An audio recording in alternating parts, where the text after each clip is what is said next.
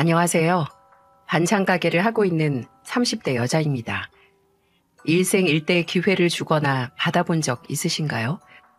저는 정말 마지막 기회를 누군가에게 준 경험이 있는데요. 그 사람은 그 기회의 의미나 무게를 전혀 알지 못하고 안일하게 뻥 하고 차버렸어요. 그리고 손 안에서 한 줌의 재로 변해버린 그 기회를 부여잡고 엉엉 울면서 제발 다시 한번 달라고 사정사정을 했습니다. 그런데 일생일대의 기회가 그냥 일생일대라는 말이 붙은 게 아니잖아요. 이미 놓친 기회에 목매다는 건 버스 떠난 뒤에 손 흔들기처럼 의미 없는 일이죠. 저와 같은 채널의 애청자분들과 이 경험을 공유하고 싶어서 사연을 보내게 됐습니다. 인생은 3세판, 3 스트라이크 아웃이라는 말 많이 들어보셨죠? 저는 늘 모든 기회는 총 3번 온다고 생각을 했어요. 왜 사람마다 저마다의 징크스, 꼭 지키는 원칙 같은 게 있잖아요. 물건 색깔 맞추기라든지 횡단보도나 보도블록을 걸을 때 선을 밟지 않는 것 같은 거요. 저는 꼭 3번은 아니더라도 최대한 3번 안에는 내 마음을 정하고 결정을 내려야 한다고 믿었습니다. 소방관으로 오래 일했던 아버지께서는 정말 목숨을 걸고 위험한 현장에 뛰어드는 일을 하셨기에 아버지만의 징크스 같은 게 있으셨거든요. 화마에서 아버지를 지켜주는 어머니의 손수건이라든지 제가 초등학교 공작 시간에 만들어드린 열쇠고리를 꼭 자동차 백미러에 걸어놓곤 하셨어요. 그런 행운의 아이템 같은 걸 보면 조금 마음이 편하다고 하셨죠.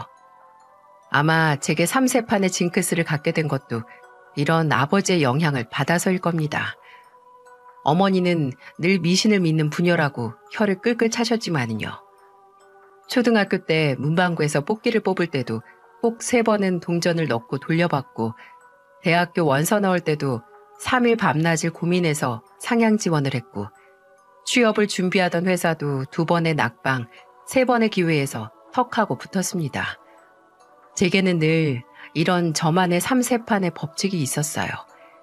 근데 이런 3세판의 법칙도 늘 맞는 건 아니더라고요.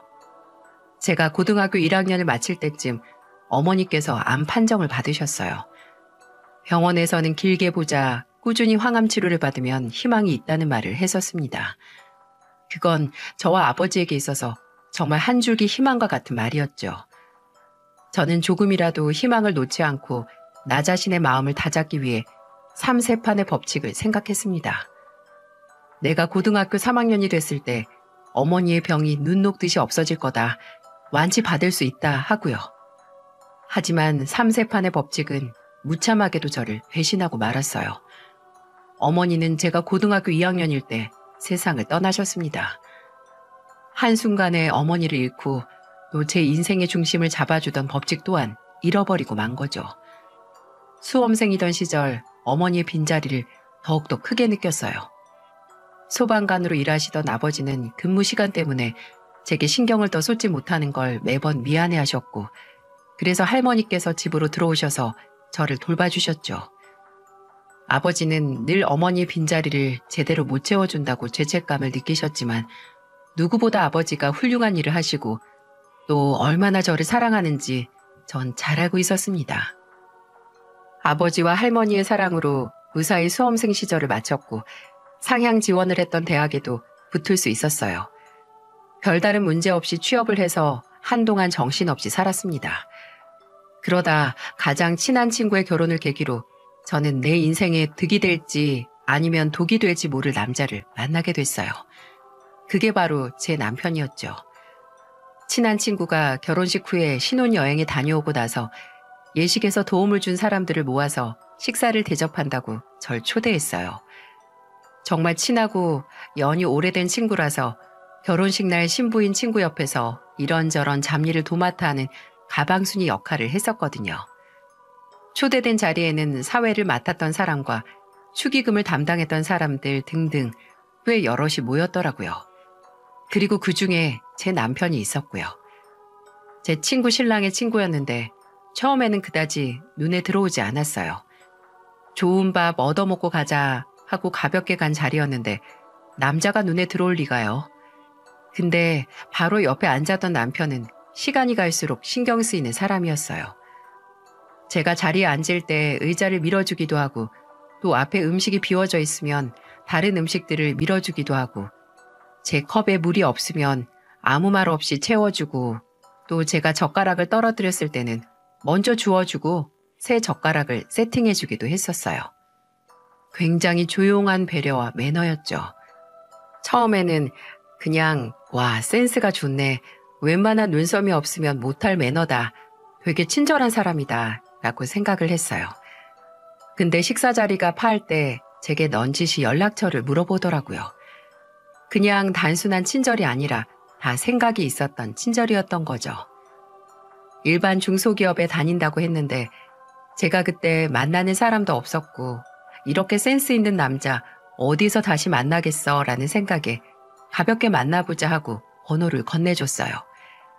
그 후 남편과 3번 정도 만남을 가졌습니다. 딱 3번째 만났을 때 아, 이 남자구나 싶었어요. 어쩌다 보니 2번째 만남에서 남편의 아버지가 암 투병 중이라는 말을 들었고 저는 예전에 제가 겪었던 아픔이 그대로 기억이 나서 진심을 다해 남편을 위로해줬어요. 투병 중인 가족을 돌본다는 게 어떤지 너무 잘 아니까요.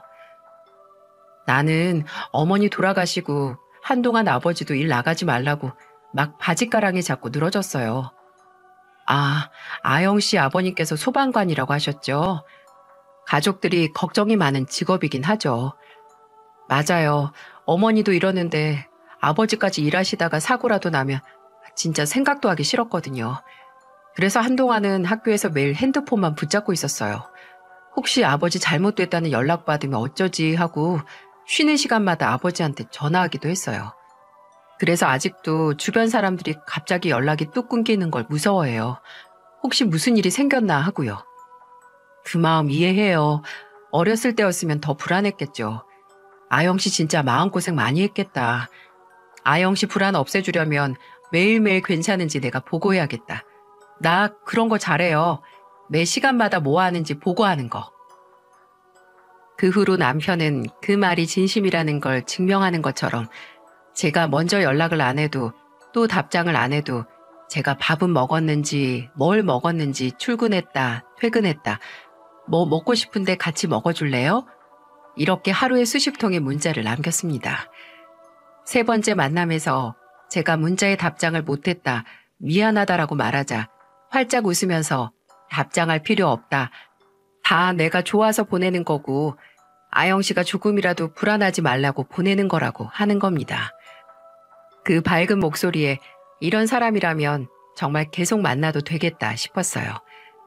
진짜 사람이 한순간에 꽂히는 건 뭐 대단한 게 아니라 소소한 발견 때문인가 봐요. 솔직히 처음에 연애를 시작했을 때는 결혼까지 생각도 하지 않았어요. 사람 좋아서 만난다고 하지만 그 사람을 제외한 조건을 생각 안 할 순 없잖아요. 남편의 본가는 형편이 넉넉지 않았거든요. 남편의 아버지는 아까 얘기했던 대로 꽤 오래 암투병 중이셨고 작게 백반집을 운영하고 있는 어머니가 실질적인 가장이었죠. 그나마 남편이 취업을 해서 생활비를 본가로 보내서 조금 여유를 찾았긴 했어도 그래도 늘 내일을 걱정하며 살 정도였습니다. 남편은 여동생도 있었는데 들어보니 딱히 경제활동을 하는 것처럼 보이진 않았어요. 스튜어디스 승무원 준비를 몇 년째 하고 있다고 들었거든요. 하지만 그런 모든 배경을 한순간 잊을 정도로 남편이 좋았어요. 좀 미련하죠? 하지만 사람 마음이 마음대로 되는 게 아니잖아요. 그리고 제가 눈이 멀 정도로 남편이 좋은 사람이고 제게 잘하기도 했었고요. 남편과의 연애가 길어질수록 저희 사이는 돈독해지고 깊어졌지만 동시에 제 고민도 깊어졌어요. 과연 결혼을 해도 될지 말지 말이죠. 그때 아버지께 고민을 털어놨습니다. 서로가 서로의 유일한 가족이었던 저희 부녀는 정말 속에 있는 이야기를 털어놓은 정도로 가까웠거든요. 지금 사귀고 있는 남자와 결혼을 해도 될지 모르겠다. 분명 사랑하고 함께하고 싶은 건 맞는데 그 사람의 조건을 보면 내가 나중에 분명히 고생할 것 같다고 현실적인 고민을 털어놨죠. 아버지는 하나뿐인 딸이 현실의 벽에 부딪혀서 마음고생하는 걸 안쓰럽게 생각하셨나 봐요. 처음에는 아무 말 없이 들어주시다가 이내 결정을 내리셨다는 듯 말씀하셨습니다. 아영아, 한 번 사는 인생 정말 사랑하는 사람하고 사는 게 맞아. 네 말대로 경제력이 물론 중요하긴 하지만 아빠는 우리 딸이 돈 때문에 마음 가는 사람을 포기 안 했으면 좋겠다. 아버지도 전부터 남편은 몇 번 만나셨었거든요. 진지한 자리는 아니었고 그냥 아버지와 남편과 함께 저녁이나 같이 하는 자리였는데 그때 남편을 좋게 보기도 하셨어요. 그리고 아버지께서는 제게 몇 년 전 돌아가신 어머니 앞으로 나온 보험금 얘기를 꺼내셨어요. 그래도 같이 사는 집 문제가 해결되면 살기 더 수월할 거라고. 이 돈하고 대출 조금 껴서 네 명의로 집 먼저 하자고 하셨어요. 거기서 신혼집을 시작하라고 말이죠. 아버지는 본인이 늙고 은퇴했어도 제게 비빌 언덕이 되고 싶어 하셨습니다. 아버지 아직 숨부터 있을 때까지는 모든 도움을 받으라고 하셨고요. 자식이 심적으로 일찍 독립하는 것만큼 쓸쓸한 게 없다고 하셨고요. 아버지의 도움 덕분에 제 마음은 조금이라도 가벼워졌어요. 저는 그때 경제 상황 때문에 제게 결혼하자 말도 못 꺼내던 남편에게 먼저 결혼하자고 했죠. 가진 것 없는 상태에서 덜컥 제가 내민 손을 잡지 못하는 남편에게 제가 말했죠. 이거 2번 다시 안 올 기회야. 지금 잡아. 아버지가 도와준 집에서 차근차근 시작하자. 누가 집을 해오고 누가 돈을 더 보태는 게 뭐가 중요해. 당장 우리 사이에 가장 고민이었던 부분이 해결됐는데 나랑 결혼할 마음 없었어? 있으면 지금이야. 나 다시 안 물어볼 거니까. 남편은 제가 먼저 용기를 냈다는데 부끄러워하기도 했고 정말 고마워하기도 했어요. 신혼집을 제 명의로 하라는 아버지의 조건도 감지덕지했죠. 저와 결혼은 하고 싶었지만 모아둔 돈도 집도 없어서 주저했던 사람이 제가 그걸 해결해 주니까 평생 제게 잘하겠고 제가 정말 본인에게 과분한 사람이라고 저 만나는데 평생 쓸 운을 다 쓴 것 같다는 실없는 소리도 했었네요. 하지만 남편의 단점 아닌 단점은 부족한 경제 상황뿐만이 아니었어요. 바로 뻔뻔하게 똑 닮은 모녀인 시어머니와 시누이가 있었기 때문이었죠. 처음에 시댁으로 인사를 드리러 갔을 때는 별로 문제를 느끼지 못했습니다. 시어머니께서도 평범하게 좋은 분이셨고 시아버지도 몸이 좀 안 좋긴 하셨지만 웃음도 많고 인자한 분이셨어요. 그런데 상견례 날 시누이가 나타나면서 시어머니의 안 좋은 모습이 보이더라고요. 마치 시누이가 시어머니의 단점을 끌어올리는 느낌이랄까요? 둘이 있을 때 나쁜 시너지가 생기는 기이한 모습이었죠. 이제 장남 결혼시켰으니까 둘째 보낼 일만 남았네요.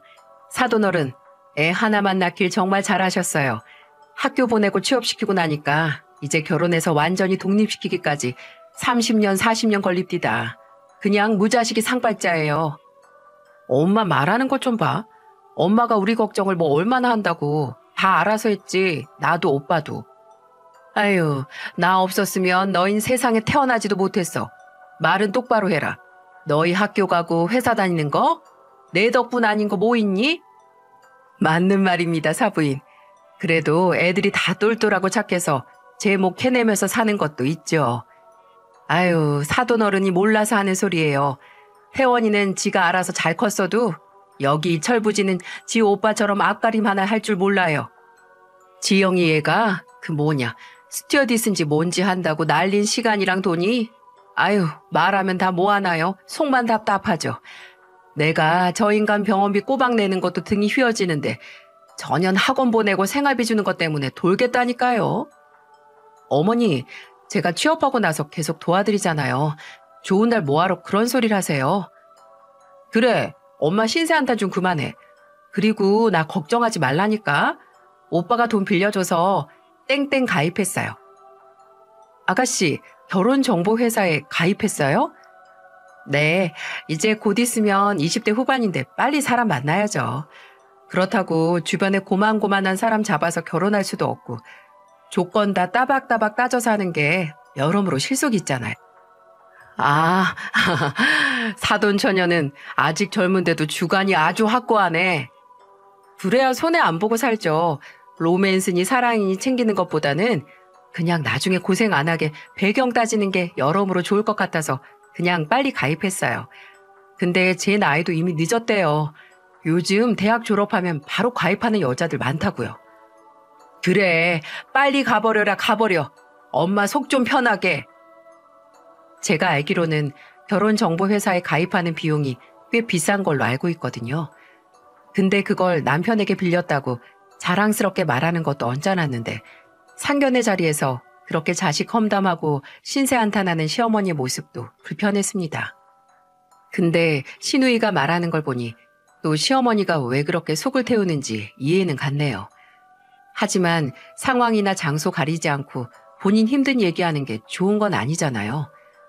이건 결혼 후에도 바뀌지 않았어요. 시어머니는 마치 제가 감정 쓰레기통이 된 것 마냥 취급을 하셨습니다. 솔직히 이런 점만 없으면 나쁜 분은 아닌데 혼자서 나쁜 감정을 조금도 삭히지 못하고 무슨 일만 터지면 사소한 것, 큰 것 상관없이 제게 모두 털어놓으셨어요. 이야, 내가 못 산다, 못 살아. 글쎄 그 지영이 가신 애가 땡땡에는 변변 찾는 남자 하나 없다고 다른 결혼정보업체 또 가입했단다. 남자는 못 만나면서 돈은 또 2배로 나가게 생겼어. 지영이가 요즘 연락 안 하디? 인연이 나한테만 필요할 때 연락해서 돈 달라 뭐 달라 아주 사람을 못 살게 한다. 너나 태원이한테는 별다른 말 없었니? 너 이번에 지영이 가시나 회사 그만둔 거 들었니? 내가 웬일로 잘 다니나 했다. 반년도 못 채우고 그만둘고 뭐하러 다녔다니? 안내데스크 일하면서 뭐가 그렇게 힘들다고 그만뒀대? 시어머니가 제게 와서 한탄하는 내용들의 90%는 모두 시누이의 얘기였어요. 반년도 안 다닌 회사를 그만뒀다던 시누이는 그 다음 명절에 시어머니를 뒷목 잡게 하는 모습으로 나타났죠. 어머머머, 너 얼굴에 칼 대려고 회사 그만둔 거야? 나 원래 수술 비용 때문에 거기 다닌 건데 돈만 모이면 바로 그만둘 예정이었어. 내가 말 안 했나? 그렇습니다. 시누이는 5개월 남짓 다닌 회사에서 수술할 돈만 딱 벌고 그만둔 후에 바로 성형수술을 받은 겁니다. 원래 예쁜 얼굴이 뭐 그렇게 마음에 안 들었다고 눈에는 커다란 선글라스를 끼고 얼굴에 칭칭 붕대를 한 모습으로 시댁에 나타난 거예요. 어머니는 침을 삼키면서 가슴팍을 퍽퍽 때리셨고 남편도 시누이 얼굴을 보면서 고개만 절레절레 절 뿐이었어요. 저는 또 시어머니가 제 옆에 와서 시누이의 험담을 늘어놓을까봐 무서워서 자진해서 주방으로 들어갔어요. 그런데 아니나 다를까 시어머니는 비척비척 주방으로 들어와서 제 옆에 턱하니 서서 그 가벼운 입을 열었습니다. 도대체 무슨 생각인지 모르겠다. 딸년 30 넘기 전에 철드는 꼴 못 보겠구나. 허구었나 월세 낼 돈 없다고 하더니 지 얼굴 고치는데 다 쓴다, 못 산다, 못 살아 등등. 시어머니가 저를 감정 쓰레기통으로 여기는 건 제가 첫째를 임신했을 때도 멈추지 않았어요. 하마터면 태교를 시어머니의 신세 한탄으로 할 뻔했네요. 남편은 매일같이 시어머니 우는 소리만 듣는 제가 안쓰러워서 시어머니한테 나한테 하라고 왜 저 사람을 괴롭히냐. 요즘 배가 무거워서 잠도 못 자는데 좀 쉬게 해주라 말을 했죠. 하지만 시어머니는 여자끼리 통하는 게 있다고 네가 뭘 아냐고 하시면서 굳이 정말 굳이 저를 찾으셨어요. 그리고 첫째를 낳고 나서 저는 눈에는 눈, 이에는 이 작전으로 시어머니의 폭포수와 같은 고민 상담을 막아버렸습니다. 도저히 하루도 안 거르고 시어머니의 우는 소리를 들을 수가 없어서 이제는 제가 먼저 시어머니에게 전화를 하거나 찾아가거나 했어요. 시어머니가 일하는 백반집까지 찾아갔습니다. 가서 시어머니가 입을 열기도 전에 제 얘기부터 속사포처럼 늘어놓았죠. 어머님, 저 진짜 못 살겠어요. 애들은 왜 그렇게 잠이 없는지. 얘 오늘 새벽까지 안 잠들고 저 괴롭힌 거 아세요? 어머님 손녀가 엄마 잡아먹으려고 태어났나 봐요. 태원 씨도 어렸을 때 이랬어요? 그 사람 애가 울어도 깨지도 않아요. 저는 애기 때 진짜 순하고 울지도 않은 애기였다고 하는데 누굴 닮아서 이러는지 제가 이 눈 밑에 보이세요? 다크서클이 까맣다 못해 시퍼렇게 생겼다니까요. 이래가지고 제가 회사 복직이나 할 수 있겠어요? 아우, 정말 미치겠어요. 왜 애 먼저 낳은 친구들이 애는 최대한 미루고 생각 있으면 딩크로 살라는지 알겠다니까요. 어머니 말이 맞아요. 무자식이 상팔자예요, 상팔자. 이것만 들어도 확 질리시죠? 제가 시어머니가 뭐라 입을 열기도 전에 죽는 소리를 했더니 시어머니는 그래, 애들이 하는 일이 우는 일이다, 우는 일. 피곤하면 어여 들어가. 나도 가게 준비해야겠다. 이런 식으로 미적지근하게 나오시더라고요. 본인 죽는 소리는 남한테 털어놓고 위로받고 싶으면서 남의 고민은 듣기 싫은 거죠. 몇 번 이런 식으로 시어머니가 좀 제게 감정 찌꺼기를 무단 투기하려고 한다 싶으면 저 먼저 제 얘기를 늘어놓았죠. 회사 복직한 후에는 괜히 같이 일하는 사람 얘기도 지어내서 우는 소리하고 첫째 낳고 2년 뒤에 둘째 가졌을 때는 낳아야 할지 말아야 할지 모르겠다. 지금 살림으로 애 2명이 괜찮을까요? 하면서 마음에도 없는 소리하고 또 둘째 낳고 회사 그만두면서 반찬 가게 열 준비할 때 이게 맞는 건지 모르겠다. 미래가 깜깜하다 하면서 온갖 유난을 다 떨었습니다. 아무리 친한 친구가 고민이라고 늘어나도 계속 들으면 질릴만한 이야기를 쉬지도 않고 하니까 시어머니도 점점 제게 연락하는 빈도수가 적어졌어요.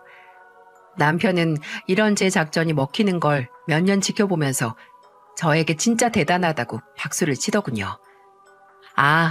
저는 둘째를 낳고 반찬 가게를 냈는데 이미 2번째 임신을 했을 때 어느 정도 마음 먹었던 일이었어요.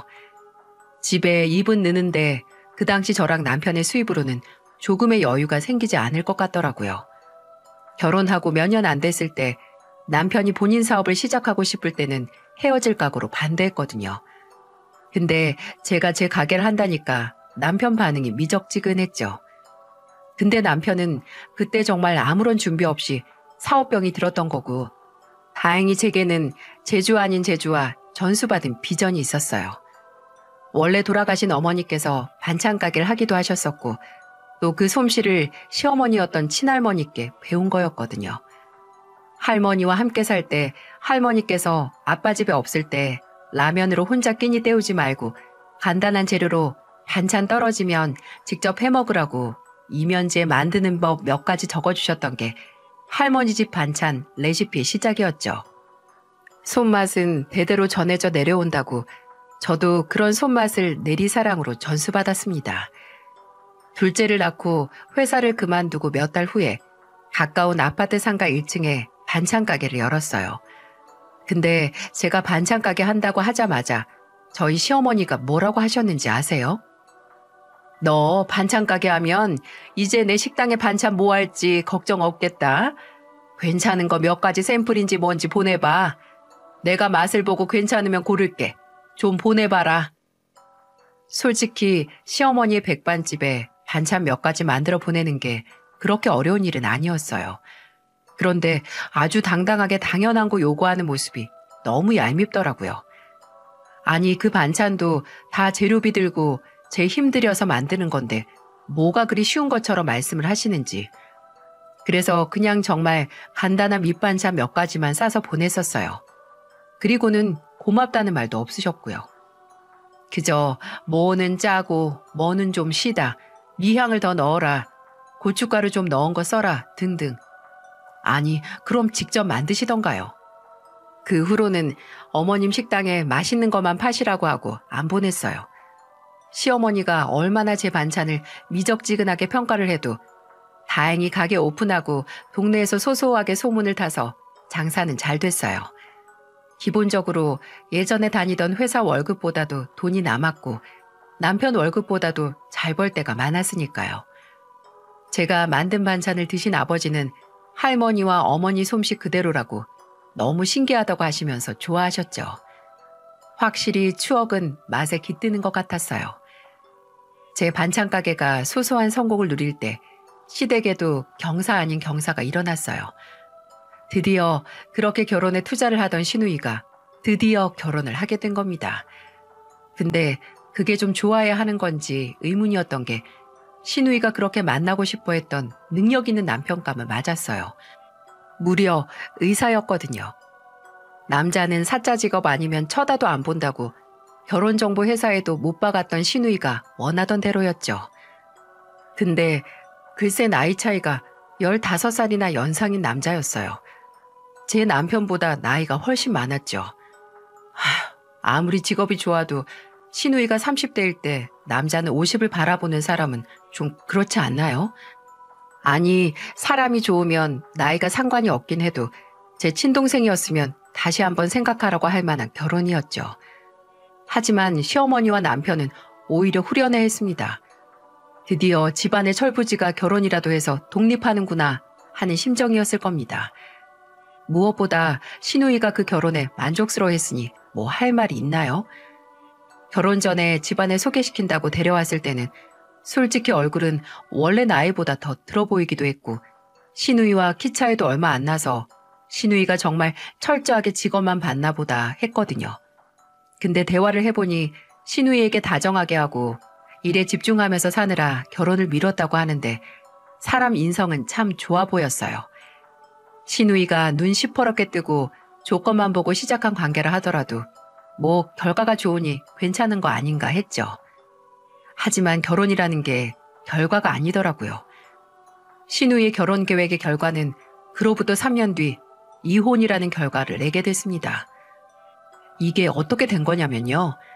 신우이가 결혼하고 한 2년이 조금 지났을 때 시아버지께서 오랜 투병 생활 끝에 돌아가시게 됐습니다. 시댁은 한바탕 초상을 치르고 집안 분위기는 무겁기만 했죠. 근데 그걸 기점으로 신우이가 우울증 비슷한 게 왔었어요. 그때 신우이가 출산한 지 얼마 되지 않았던 터라 시아버지의 죽음, 출산으로 아마 심적으로나 신체적으로 많이 지쳤었나 봐요. 남편은 시어머니를 통해서 이 소식을 들었고 제게 상담을 하더라고요. 지영이 걔가 산후 우울증인가? 요새 어머니 전화도 아예 안 받고 전화도 아예 꺼두고 집에 가도 문도 안 열어준대. 당신은 둘째 낳았을 때도 튼튼하고 괜찮았던 것 같은데. 아이고 모르는 소리 하네. 당신 기억 안 나? 나 예희 낳았을 때도 윤호 낳았을 때도 몸무게 10kg는 빠졌었어. 입덧도 심하고 심지어 윤호 낳았을 때는 계절 때문에 여름도 타서. 그랬나? 나 정말 늙긴 늙었나 봐. 기억이 안 나네. 안 나겠지. 내가 일찍 들어오라고 몸이 뭉쳐서 풀어달라고 해도 매일같이 회식하고 나 정말 그때 당신 가만히 안 두고 싶었어. 당신 예희 낳고 나서 각서도 썼잖아. 둘째 생기면 절대로 나한테 충성한다고. 근데 그 각서는 그냥 종이짝 취급하고 무시했지. 아휴 미안 여보. 나 근데 그때는 정말 회식이 아니라 회사 일이 바빠서 그랬던 거잖아. 아무튼 어머니가 지영이한테 자주 연락하고 좀 들여다보라고 하신다. 애가 진짜 위험해 보인다고. 아휴 진짜 우울증 심하면 병원 상담 받아보라고 해야지 뭐. 원하던 결혼하고 아무런 걱정 없이 사는 것 같더니만 이게 다 무슨 일인지. 그래도 가족이라고 저도 걱정이 돼서 종종 신우이가 사는 주소로 평소 신우이가 좋아하는 반찬들 몇 개 싸서 보내고 문자도 남기고 했어요. 남편도 안 하던 전화를 먼저 하기도 했고요. 근데 그렇게 모든 가족들의 관심을 몇 달 받고 무시만 하다가 갑자기 안 하던 답장을 하더라고요. 자기는 정말 괜찮다고 그냥 애 태어나고 너무 바빠서 그랬다. 걱정 말라고 말이죠. 그래 무소식이 희소식이니 너무 잘 사느라 누구한테 연락할 겨를도 없었나 보네 했어요. 하지만 그건 모두 태풍의 눈에 들어선 것과 같은 폭풍전의 고요였습니다. 아니 언제요? 누구랑? 걘 대체 생각이 있는 거예요? 없는 거예요? 미치겠네 진짜. 알겠어요. 내가 뭘 어떻게 해요. 당사자들끼리 합의를 해야지. 내가 무슨 말을 한들 뭐가 바뀌겠어요. 일단 알겠어요. 네. 몇 달 후에 퇴근한 남편이 누군가와 아주 심각하게 전화통화를 하는 것 같더라고요. 말투를 들어보니까 시어머니 같았는데 남편의 표정이나 얼빠진 얼굴을 보아하니 보통 일이 일어난 게 아닌 것처럼 보였죠. 저는 남편이 전화를 끊자마자 물었습니다. 뭐야, 무슨 일인데? 어머님이야? 내가 진짜 미치겠다. 지영이 걔 이혼당하게 생겼어. 뭐? 아니, 아가씨가 왜? 애 태어난 지 얼마나 됐다고. 결혼한 지 3년도 안 됐잖아. 얘 남자 만났나 봐. 바람 피우다가 걸려서 지금 매제가 소송한다고 난리 났대. 그래서 조카랑 같이 쫓겨나서 본가에 가 있다나 봐. 그때 시어머니는 시아버지가 돌아가시고 방 3개였던 낡은 빌라를 정리하고 방 하나짜리 아파트로 이사를 하셨거든요.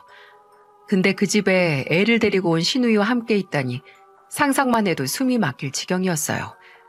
그렇게 목매사한 결혼인데 어쩌자고 바람을 피운 건지. 심지어 자식을 낳고 나서 말입니다. 그나마 결혼하고 애 엄마 된 다음에 조금이라도 정신 차리고 사는 것 같더니만 전혀 그게 아니었던 거예요. 남편은 어떻게 할지 막막하다고 시댁에 들리라고 하는 어머니의 부름에 저와 함께 시댁으로 향했습니다. 근데 그건 모두 속셈이 있는 시어머니의 파리지옥으로 가는 시작이었던 걸 전혀 눈치채지 못했던 거죠. 도착한 시댁에서 시누이는 저희가 오기 전까지도 울고 있었는지 눈이 팅팅 부어서 있더라고요. 그 사람이 나한테 사람 붙였어. 시누이는 한껏 억울한 것 같은 목소리로 말하며 저와 남편에게 본인의 핸드폰을 내밀었어요. 거기엔 발신인이 시누이의 남편으로 되어 있는 메신저가 떠 있었고 몇 장의 사진과 함께 이혼하자, 바람난 여자랑은 못 산다. 너 사치 부리고 허영 심한 거는 그나마 눈 감아줄 수 있는데 그렇게 흥청망청 내 돈 쓰면서 다른 남자 만나고 다니는 건 짐승도 안 할 짓이다. 이런 내용이 있었어요.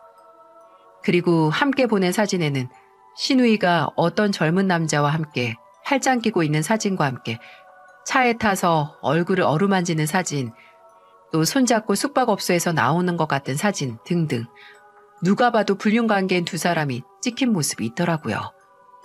아니 내가 그 인간만큼 나이가 든 것도 아니고 아직 한창 때잖아.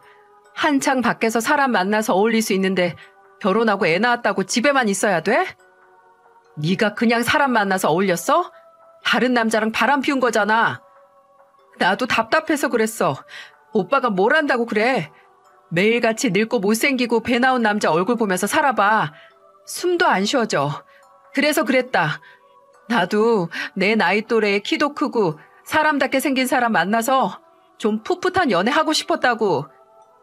풋풋은 얼어주고. 너 나이가 몇이야? 너는 불륜에 풋풋하다는 말이 어울린다고 생각하냐? 그리고 누가 너한테 그 늙은 남자랑 결혼하라고 했어? 다 네 생각이었고 네 선택이잖아. 이제 와서 후회하며 뭐해? 차라리 못 살겠으면 이혼하고 나서 누굴 만나든지. 아이고 시끄러워. 내가 서로 소리 지르라고 너네 부른 줄 알아? 아휴, 어차피 구서방 마음 못 돌려. 너 이미 소장도 다 받았고 애도 너한테 키우라고 했다며. 내가 바람 한번 피웠다고 진석이도 본인의 아닐 것 같다고 양육비라도 받고 싶으면 친자검사 해오래. 내가 애를 어떻게 혼자 키워. 아가씨, 일단 어머님이랑 지내면서 빨리 일자리라도 알아봐요. 돈벌이라도 있어야 뭐든 하니까요. 얘가 나하고 이 좁아 터진 집에서 어떻게 지내니?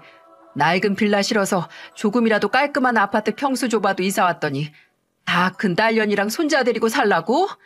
아휴, 차라리 날 죽여라 죽여. 엄마, 나 위자료도 못 받고 쫓겨날 판국이야. 나라고 뭐 엄마랑 같이 살고 싶겠어? 어머니가 조금 불편하시더라도 조금 참으셔야죠. 지영이 얘가 당장 애 데리고 어디서 살아요? 얘 태원아, 너희 방 3개잖아. 갑자기 눈을 반짝반짝하면서 하는 시어머니의 말에 저는 등에 소름이 바짝 돋았습니다. 아니, 불똥이 이런 식으로 튀다뇨. 제 얼굴색이 새파랗게 질리는 건 보이지도 않는지 시어머니는 계속 말을 하셨습니다. 얘이랑 윤호 나이도 아직 어리니까 작은 방 하나 같이 써도 되고 너랑 아영이랑 어차피 각방 안 쓰니까 나머지 방 지영이 쓰라고 주면 안 되겠니? 길게도 아니고 딱 1년. 아니 지영이가 작은 월세방 하나 마련할 수 있을 때까지 내가 우리 지영이 식당에서라도 일하게 할 테니까. 아니 아무리 상황이 상황이라도 그건 어렵죠. 저희도 애가 둘인데 얘 초등학교 들어가서 방도 따로 필요해요. 초등학생이나 유치원생이나 다를 거 없어. 같은 방 써도 발육에 아무런 문제 없고 혜연이랑 지영이도 같은 방 썼다. 너네 지금 쓰는 안방 화장실 붙어 있는 거 지영이 내주면 안 되겠니? 아니, 방을 주면 준 거지 왜 굳이 안방을 줘요? 넌 동생이 얹혀 살면서 불편하게 거실에 있는 화장실 쓰면 좋겠니? 저는 기함을 했습니다. 남편이 이 말도 안 되는 시어머니 요구를 완강하게 거절하지 않고 화장실 안 딸린 작은 방이라도 내어줄 것처럼 말을 했기 때문이었죠. 여보, 지금 뭐 하는 거야? 어머님, 저희는 그렇게 못해요. 지금 집도 그렇게 크지도 않고 남는 방이라고 할 것도 없고요. 예, 너 정말 너무 매정하다. 넌 지영이 얘가 불쌍하지도 않니? 저는 여기서 뚜껑이 열렸어요. 지금 누가 상식 이하의 부탁을 하고 있는데 그걸 거절한 저를 세상 나쁜 사람으로 몰고 있는 게 어이가 없더라고요. 시어머니 본인이 불리하니까 옆에서 입 꾹 다물고 눈만 도르르 굴리는 시누이도 짜증이 났고 이 미친 상황에서 완전히 제 편을 들지 않는 남편에게도 너무 화가 났습니다. 저는 두 눈을 한번 질끈 감았다가 뜨며 말했어요. 솔직히 지 팔자 지가 꼬았다고 밖에는 생각 안 해요. 남편이랑 자식 버리고 바람난 건 아가씨인데 왜 아가씨가 불쌍해요? 불쌍한 건 어린 진석이죠. 왜 없는 방 만들어서 못 내어준다는 저를 나쁜 사람으로 모는지 모르겠어요. 너 말 다 했니? 그래, 내 딸이 실수 한 번 했다. 근데 가족이 돼가지고 도움도 못 줘?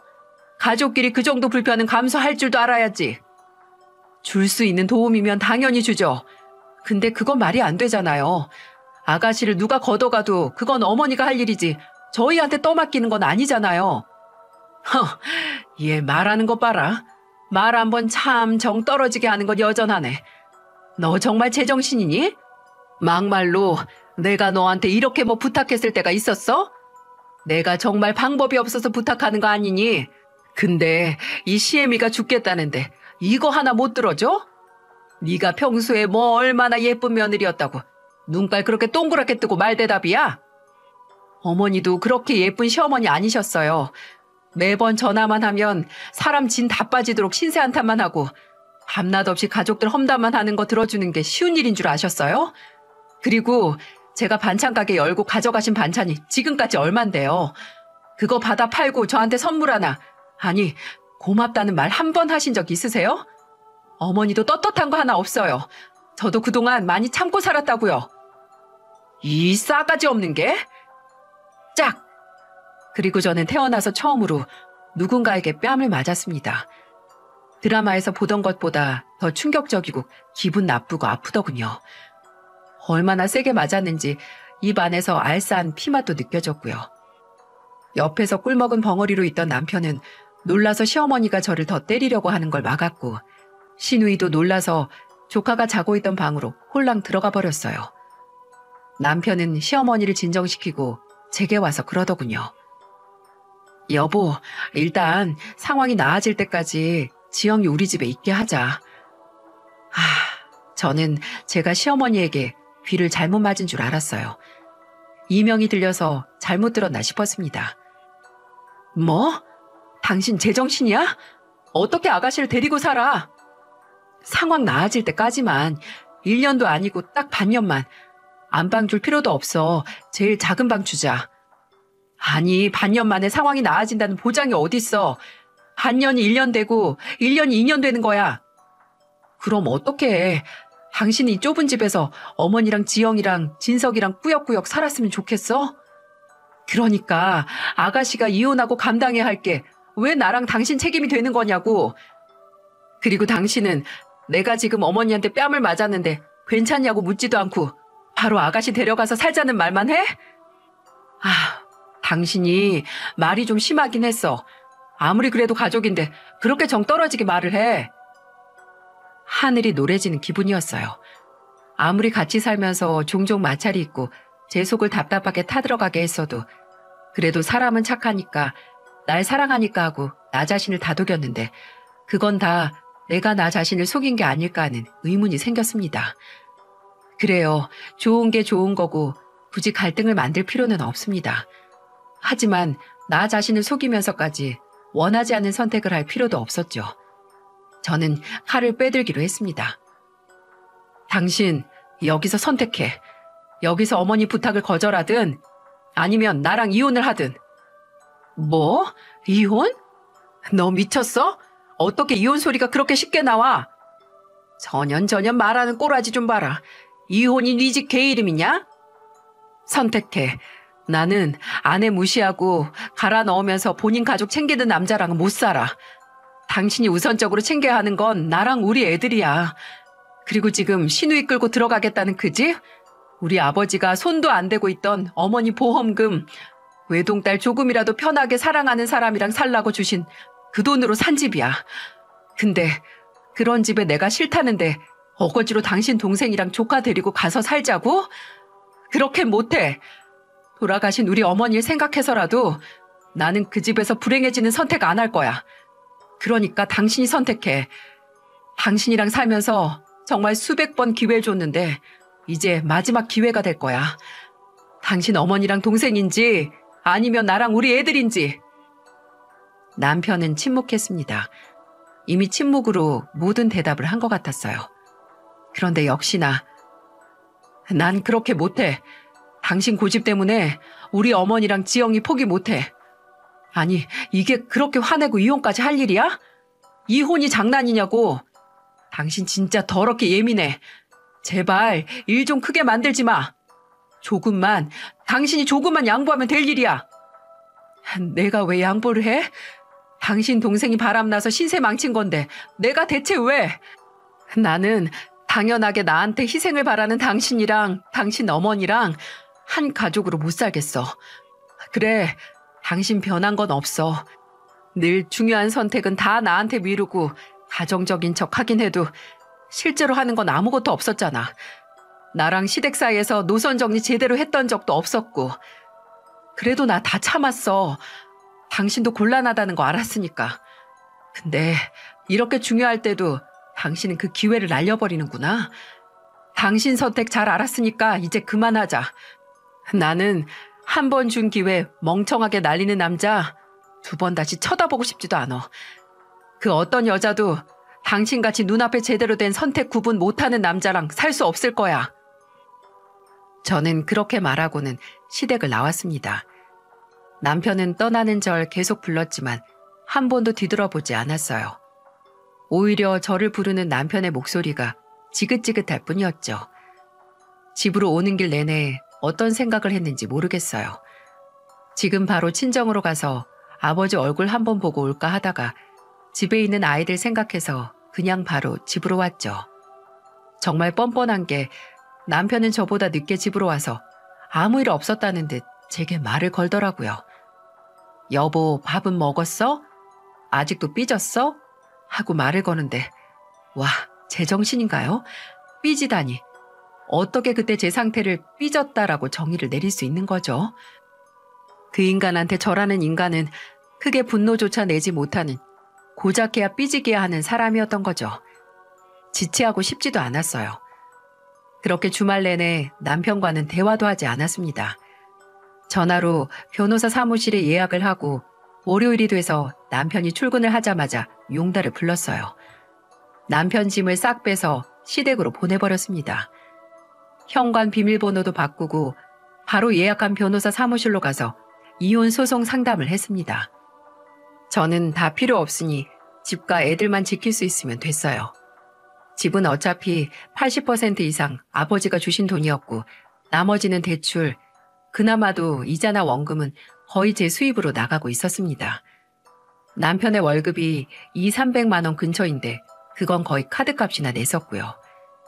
변호사는 집은 지킬 수 있지만 단독 양육권은 지켜보자고 했죠. 그렇게 그날 바로 이혼 소장까지 작성을 하고 집으로 돌아왔어요. 그리고 남편이 퇴근해서 집에 돌아올 시간이 되어갈 때쯤 다급하게 문을 두들기는 소리가 들리더군요. 몇 번을 비밀번호를 눌렀는데 문이 열리지가 않으니 놀라서 제 이름을 부르며 문 열어달라고 무슨 짓이냐고 하는 겁니다. 애들은 아빠 목소리 듣고 문을 열어주라고 해서 방으로 들여보냈어요. 그리고 현관 앞으로 가서 말했죠. 애들이 다 듣고 있어. 애들한테 못 볼 걸 보여주기 싫으면 아파트 앞에 카페에서 기다려. 내가 나갈 테니까. 거기서 말해. 아니, 이게 무슨 짓이야? 내가 내 집에 왜 못 들어가? 너 이 문 못 열어? 이 집이 어떻게 당신 거야? 우리 아버지가 사준 내 이름으로 된 집인데 나는 어차피 당신하고 더 할 말도 없어. 아쉬운 사람이 우물 파는 거지.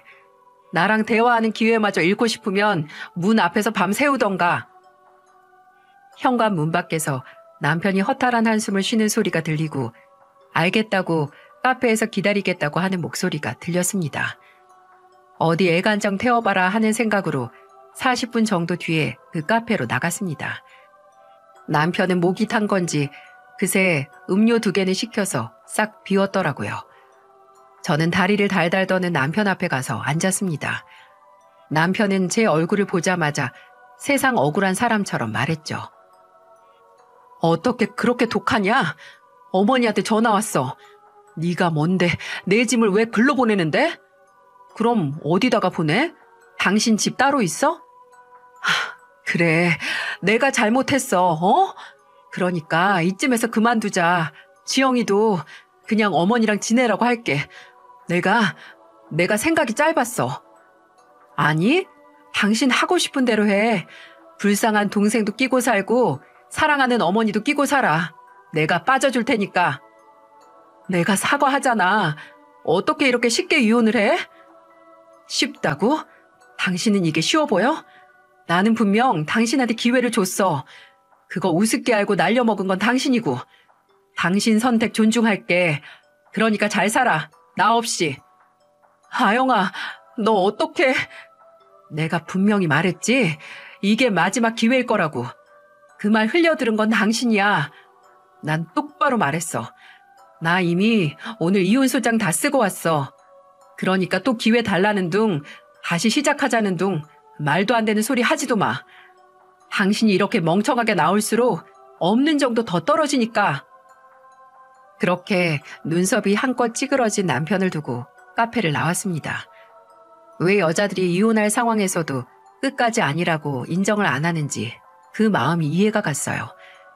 이 남자가 내가 생각했던 그런 사람이 아니고 마땅히 헤어질 만한 사람이라는 걸 인정했을 때 미친 듯이 나 자신이 한심해지더라고요. 도대체 왜 이 사람을 선택했을까?